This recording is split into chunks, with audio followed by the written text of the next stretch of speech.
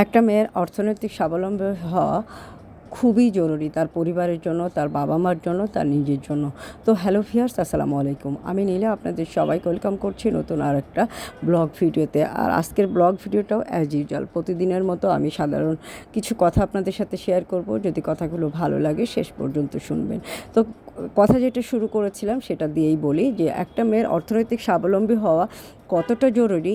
তো আমি day by day আপনাদের সাথে সেই কথাগুলো অনেকগুলো ভিডিও লাগবে কথাগুলো বলতে গেলে, শেয়ার করতে গেলে। তো সেটা আমি আপনাদের সাথে শেয়ার করব। আজকের ভিডিওটাতে যতটুকু পারবো ততটুকু শেয়ার করব। তো আমি আমার সংসার লাইফের কথা বলি। আমি 2008 সালে আমাদের সংসার লাইফটা শুরু করেছি। তো এই 2008 সাল থেকে আমরা দুজনেই আমি হয়তো সে ঘর ভাড়া দিত, আমি খাওয়ার টাকা দিতাম। 2011 সালে আমার বাচ্চা হয়, আমি অর্ধেক টাকা দিয়েছি, সে অর্ধেক টাকা দিয়েছে। তো এভাবে কিন্তু আমাদের পরিবারটাকে বা আমার সংসারটাকে আমি একটু মোটামুটি ব্যালেন্স করে চলেছি এবং সংসারের জিনিসপত্র যা ইনকাম করেছি সে টাকা দিয়েই আমি 2008 সাল থেকে চাকরি করি। তো সেই থেকেই আর কি আমি ধরেন কিছু না কিছু করে আমি সংসারের জিনিসপত্রগুলো করেছি। সে হয়তো আরেকদিকে সাপোর্ট দিয়েছে।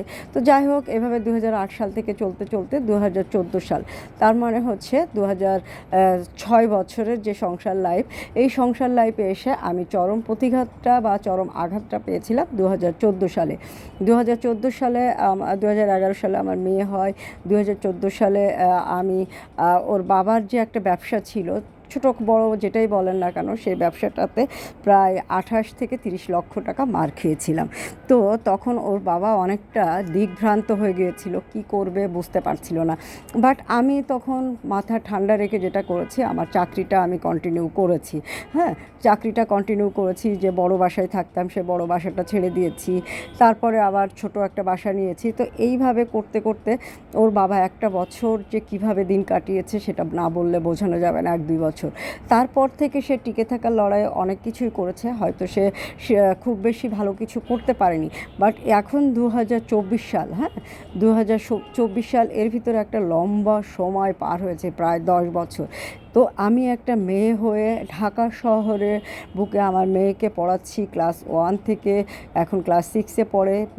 বাবা মাকে দেখছি, সংসারের দায়িত্ব পালন করছি, ঘর ভাড়া, খাওয়ার টাকা থেকে শুরু করে মানে অল এভরিথিং এক হাতে আমি মেনটেন করছি। তো এটা যদি আমি একটা চাকরি না করতাম, একটা জব না করতাম, তাহলে কিন্তু এটা আমার জন্য চালানো কোনোভাবেই সম্ভব হতো না। হয়তো দিগ্ভ্রান্ত হয়ে এতদিন হয়তো বা মানে কবরে মাটি দুবলো জন্মে যেত, এরকম একটা অবস্থা হতো। তো একটা মেয়ের যে কোনো সময় কিন্তু পরিবারের একটা বিপদ আসতে পারে, যে কোনো সময়, যে কোনো মুহূর্তে। আজকে আপনার ভরা সংসার, সেই ভরা সংসারটাই কিন্তু অন্যরকম হয়ে যেতে পারে। যার কারণে প্রতিটা মেয়ের অর্থনৈতিক স্বাবলম্বী হওয়াটা অনেক বেশি জরুরি। তো এই অর্থনৈতিক স্বাবলম্বী হবে নিজের জন্য, নিজের পরিবারের জন্য, নিজের বাবা মার জন্য। তো অনেক কথা বলে ফেললাম, কথাটা প্রায় শেষের দিকে, ভিডিওটাও শেষের দিকে। তো এইরকম সুন্দর সুন্দর কিন্তু কথা বলতে বলতে শাড়ি দেখিয়ে ফেললাম।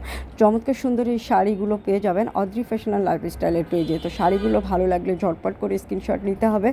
এবং আমার কিন্তু এই অদ্রি ফ্যাশন অ্যান্ড লাইফস্টাইলটাও কিন্তু আমার এই যে অর্থনৈতিক স্বাধীনতা, অর্থনৈতিক মুক্তির কিন্তু একটা অংশ।